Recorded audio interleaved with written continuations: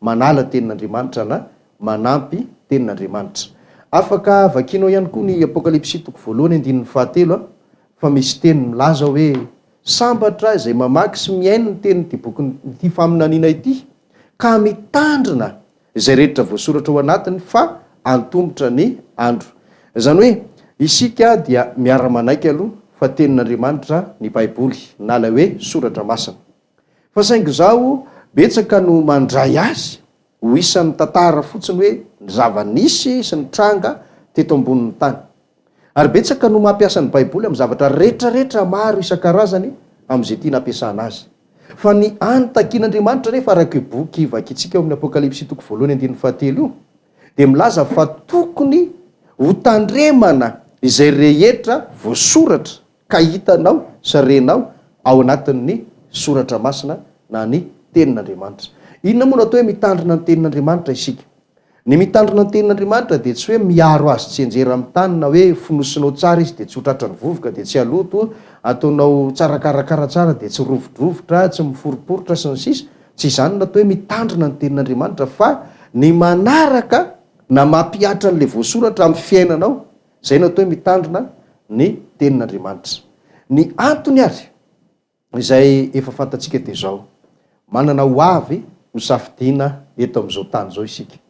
Le ho avy safiditsika tsy eto an-tany fa ny safidy ataontsika no eto an-tany ary amin'izao androm-pahavelomanao zao, ary isy fetra nefa ny ahafahan'ny zanak'olombelona isafidy satria efa fantatsika fa isy fotoana iray ikadona zany atao hoe fikatona ny varavara-pahasoavana zany, ka na dia mbola maro aza ny olona mbola velona eto an-tany amin'izay ora izay tsy afaka hibebaka amin'Andriamanitra intsony, ka na hibebaka amin'Andriamanitra amin'ny ranomaso aza tsy handray intsony Andriamanitra satria izay le mikatona le varavara-pahasoavana. Fa mandra-pahatonga an'izay zany dia afaka mametraka safidy sy mandray fanapahan-kevitra malalaka isika. Mety ho sarotra amin'ny sasany mandray fanapahan-kevitra, mety ho mora amin'ny sasany, fa zao na ny sarotra na ny mora moa izay tonga ihany no arabaina amin'ny antson'ny fitenenana, zany hoe izay nanapa-kevitra ka nanaraka an'izay zavatra marina hitany reny voasoratra anatin'ny soratra masina, izay ihany zany no azo lazaina fa mpandresy ary ho tafita. Ka ny loha hevitritsika moa dia ao anatin'ny resaka lalàna isika zao. Ao ny mihevitra hoe tsy tokony ho tandremana intsony zany lalàna zany, nefa misy lalàna tandremana ihany ao ambadika izay. Ao ny mieritreritra hoe tena mbola tandremana. Inona ny marina? Ny tenin'Andriamanitra nefa nivelarintsika teto izay nahafahana ny sintona zavatra anankiray hoe tena mbola misy ao anaty soratra masina na ny Baiboly ny fitakian'Andriamanitra ny olona hitandrina ny didiny na ny lalàna raha te ho any amin'ny fiainana mandrakizay. Zay ihany mantsy ny antsika le zavatra tokana. Izay zavatra rehetrarehetra ankoatran'izay tsy hoe ambanitsika fa tena hoe ny loha laharana tokony anisan'ny katsahanao ny sitrapon'Andriamanitra dia ny ahazonao zany anjara zany hoe dia ny fiainana mandrakizay. Ka tsy verina intsony tsika hanapirofy ahoana ny ilazan'ny pasteur ary fa tena mbola tandremana ny didy satria efa maro dia maro raha lazaina amin'ny teny tokana ny fampianarana nentintsika nanasongadinana sy nanapirofona ny fahamarinana izay zavatra izay hoe tena mbola tandremana ny didy amin'izao androntsika izao, izay lazaina tokana hoe ao anatin'ny fanekena vaovao na ny andro ny fahasoavana. Fa ny zavatra hojerentsika zany dia hoe maro ny didy firy amin'ireo no mbola tandremana sa izy rehetra, satria amin'izao fotoana izao dia fahita hoe nisy lalàna taloha izay tsy tandremana sy tsy atao intsony amin'izao fotoana izao. Anisan'izany hoe aho ny lalam-pisoronana.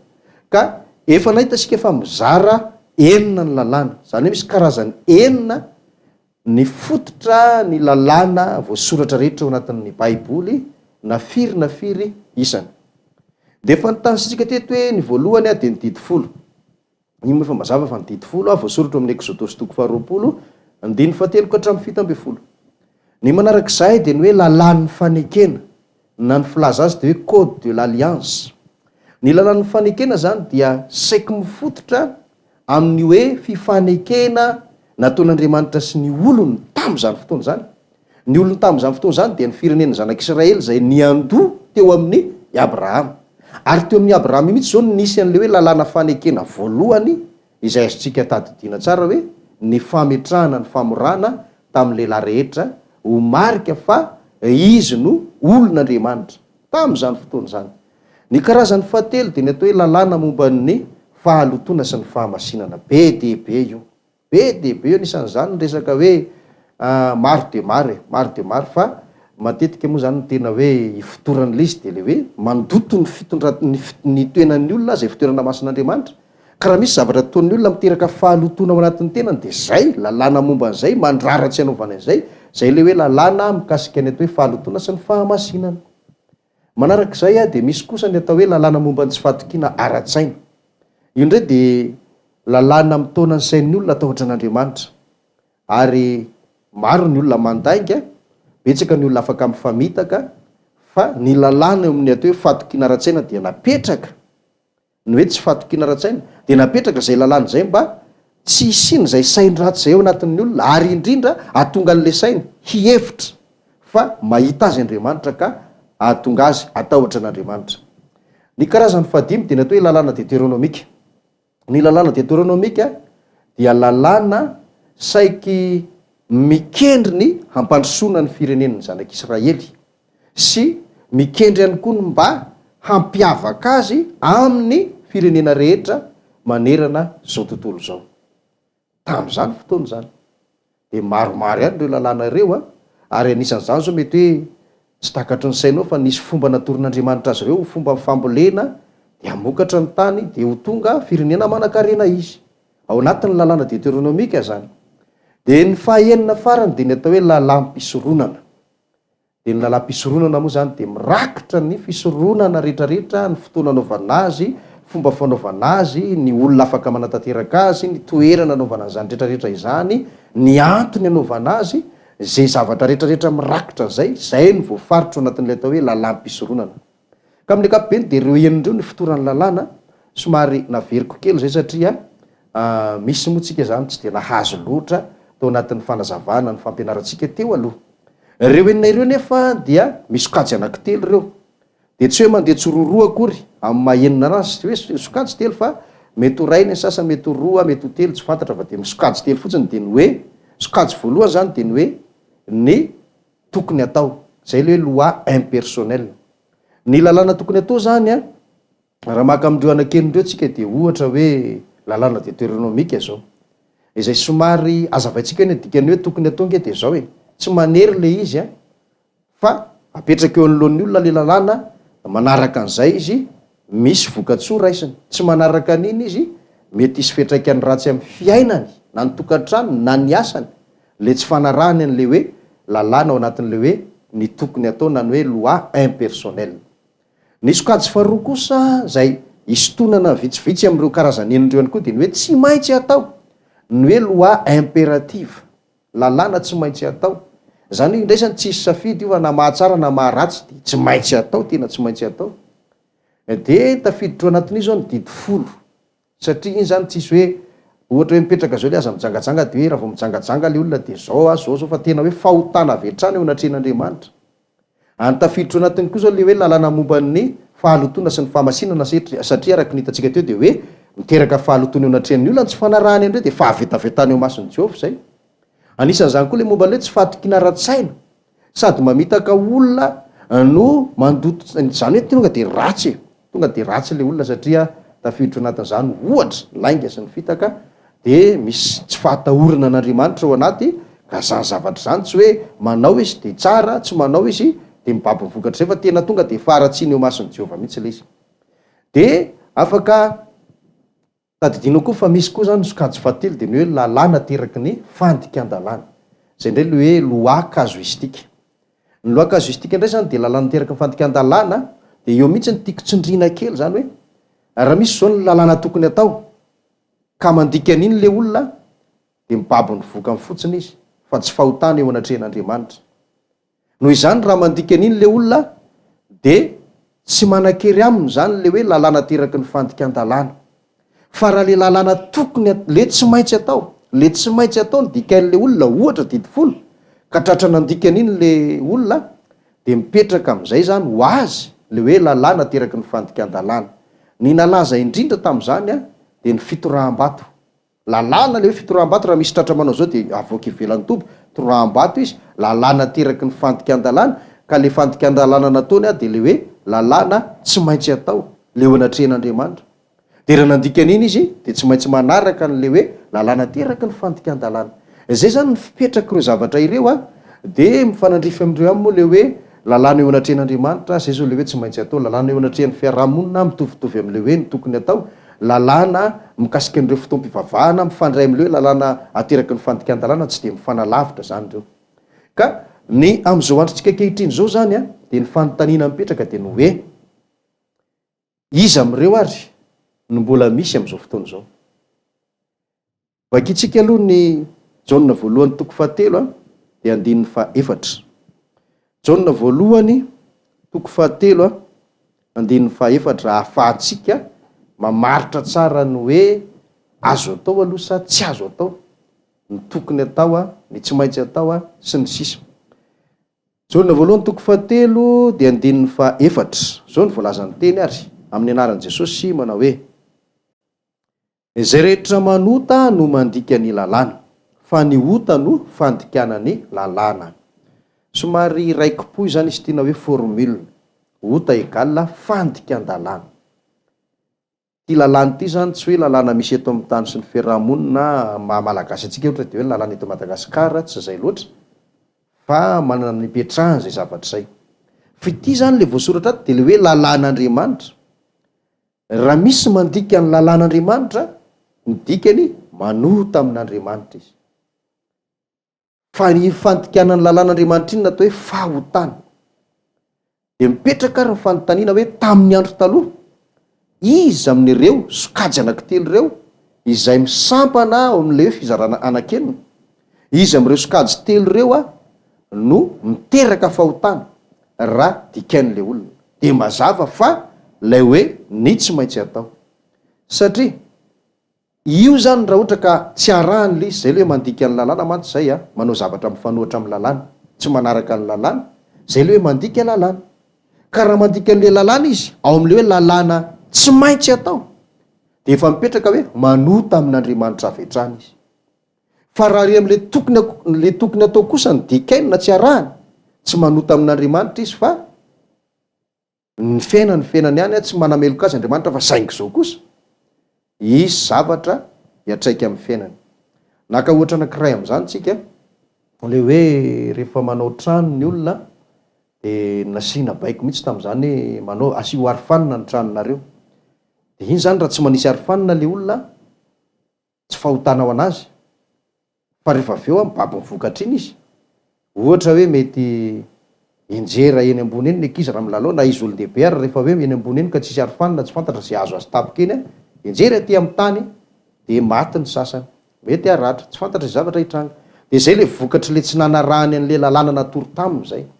Fa tsy fahotana ho anazy le fandikanana iny, fa raha ohatra hoe maty kosa le olona de mety misy zavatra hafa indray, de eo indray mipetraka le hoe lalàna ateraka ny fandikan-dalàna am'izay fotoana zay. Ka raha mipetraka zany ny atao hoe ota égale fandikan-dalàna, de le lalàna sokajy faharoa anatin'le hoe ny tsy maintsy atao no raisiny ty teny ty. De ny fanontaniana mipetraka zany de zao, raha zay ny atao hoe fahotana tamin'ny andro taloha, tamin'ny andro nanomezana ny lalàna, de zay fantatra fa Mosesy no nanomezan'Andriamanitra ny lalàna de nanome azy ho an'ny vahoaka. De am'izao fotoana zao ve ny fanontaniana mipetraka zany de hoe hafa indray ve ny atao hoe fahotana, sa lalàna hafa indray ny dikaina zay vao fahotana, sa iza am'ireo. De mazava zany fa ao anatin'izay no ahafahantsika mametraka tsara mazava hoe inona marina ny lalàna mbola hotandremana am'izao androntsika ankehitriny zao. De mazava ary fa fantatsika loatra ny tenin'Andriamanitra hoe Jesosy Kristy tsy miova omaly sy anio ary mandrakizay. De Andriamanitra ray koa Jehova Tompo efa niteny an'izay koa hoe Jehova no tsy miova. De ny dikan'izay de zao, raha tsy miova marina izy de ny ratsy taloha mbola ratsy ankehitriny. Amintsika olombelona miova fa Andriamanitra tsy miova. Tsisy an'izany hoe tian'Andriamanitra izy taloha de tsy tiany indray taty aoriana, na hoe tsy tiany izy tam'izany de tiany indray, na hoe fahotana tam'izany fa am'izao fotoana zao tsy fahotana intsony, tsisy an'izany. Fa ny ota taloha ihany ny ota ankehitriny, satria ny lalàna taloha ihany no lalàna am'izao fotoana zao. Ka raha ny tamin'ny andro taloha ny atao hoe ny lalàna tsy maintsy atao no miteraka fahotana, ratsy arahany, zany hoe fahotana eo anatrehan'Andriamanitra tsy fanarahana n'le hoe lalàna tsy maintsy atao taloha zay. De mazava be zany fa am'izao fotoana izao koa mbola izay ihany ny atao hoe fahotana eo anatrehan'Andriamanitra, ny tsy fanarahana lay lalàna atao hoe lalàna tsy maintsy atao. Inona avy ny tafiditra anatin'le hoe tsy maintsy atao araky ny nanambarantsika azy teo de ny hoe voalohany ny dity folo, faharoa ny lalàna momba ny tsy fahatokina ara-tsaina, fahatelo ny lalàna momba ny fahalotoana sy ny tsy fahamasinana sy ny fahamasinana. Reo telo reo zany tafiditra anatin'le hoe lalàna tsy maintsy atao. Ka raha misy zany tsy manaraka an'ity voalohany ity dity folo, na tsy manaraka amin'ny faharoa momba ny tsy fahatokina ara-tsaina, na ny fahatelo ny lalàna momba ny fahalotoana sy ny fahamasinana, rehefa tsy manaraka an'ireo le olona manota amin'Andriamanitra izy ny dikany. De raha tamin'ny andro taloha de mipetraka am'izay le hoe lalàna teraka ny fandikana, lalàna hoe sy tratra manao an'io zao no atao aminy. Fa am'izao fotoana izao tsisy an'izay intsony, tsisy an'izay intsony. Indenge anapirofo isika hoe tsy misy an'izay intsony marina am'izao vanim-potoana izao de maro aloha, maro de maro de maro fa mbola hitantsika miandalana eny de anisan'izany ohatra ny hoe nanafoanana ny lalam-pisoronana. Fa misy anankiray fotsiny zao omeko ohatra anankiray ianao anaporofontsika hoe foana tokoa le lalàna taloha momba n'le hoe lalàna teraky ny fandikan-dalàna io. Andeha atsika ohatra hoe aka ao amin'ny Matthieu toko 5, Matthieu toko 5 de andininy fa 2:20 sy ny 2:20 ihany ohatra. Matthieu toko 5 andininy 2:20 sy 2:20 amin'ny anaran'i Jesosy hoe efa renareo fa voalaza tamin'ny tolo hoe aza mamono olona, ary izay mamono olona de miendrika hoelohana amin'ny fitsarana. Zay zao le mipetraka le lalàna anankiroa, le hoe aza mamono olona zao zay le hoe tsy maintsy atao dity folo. De ozy izy hoe zay mamono olona de miendrika hoelohana amin'ny fitsarana, zay indray le hoe lalàna teraka ny fandikan-dalàna. Raha mandika an'le dity folo izy de hoelohana amin'ny fitsarana. De iny lalàna teraky ny fandikan-dalàna iny no ino tsara nanambaran'i Jesosy azy indray eto hoe fa izaho kosa milaza aminareo hoe zay rehetra tezitra amin'ny rahalahiny de miendrika hoelohana amin'ny fitsarana, ary nazovo no hanao amin'ny rahalahiny hoe olo-pony ianao de miendrika hoelohana amin'ny sinedrona, ary nazovo no hanao hoe foka ialahy de miendrika ho ao amin'ny elo mirehitra afo. Hitantsika zany hoe le izy zany de namafisin'i Jesosy Kristy tsara fa le hoe aza mamono olona mbola mipetraka, ary namafisina aza hoe mbola mitombo ara, satria taloha ny mamono olona fotsiny fa zao na de tezitra aza na de ny manompa aza, raha hoe zay zany no azahoantsika an'io hoe manompa olona fotsiny na manao tsinitsinina olona amin'ny fiteny tahaka le hoe foka ialahy de efa mitovy amin'le mamono olona ozy izy. Zany hoe tsy foana zany le lalàna mamono olona, mbola mipetraka iny. Fa le hoe lalàna teraky ny fandikalan-dalàna kosa, le hoe mendrika hoelohana amin'ny fitsarana de niova am'izay. Jesosy ary de niteny mihitsy hoe mendrika ho ao amin'ny elo mirehitra afo. Tsisy tsony zany le fitsarana ataon'ny olona, fa tonga de ny fitsaran'Andriamanitra no miandry le olona zay mandika an'le lalàna ao anatin'le hoe dity folo io zay nateven'i Jesosy tsy maintsy atao. De ny anaporofontsika fa foana zao le hoe lalàna teraky ny fandikan-dalàna. Jesosy mihitsy no niteny fa tsy voavakintsika etsony le tenin'Andriamanitra. Izy mihitsy no niteny hoe mivavaha, hoe tiava ny namanao aloha ary mivavaha ho an'izay manenjika anareo, tiava ny fahavalonareo. Hitanao zay. De taty aoriana koa ny tenin'Andriamanitra de mipetraka hoe aza mamaly ratsy ny ratsy, na fanaratsiana ny fanaratsiana, fa reseo amin'ny soa ny ratsy. Hitantsika zany teny zany eny amin'ny bokin'ny Romanina toko 12. De zany rehetrarehetra zany no manamarika hoe tsisy tsony marina le lalàna ateraky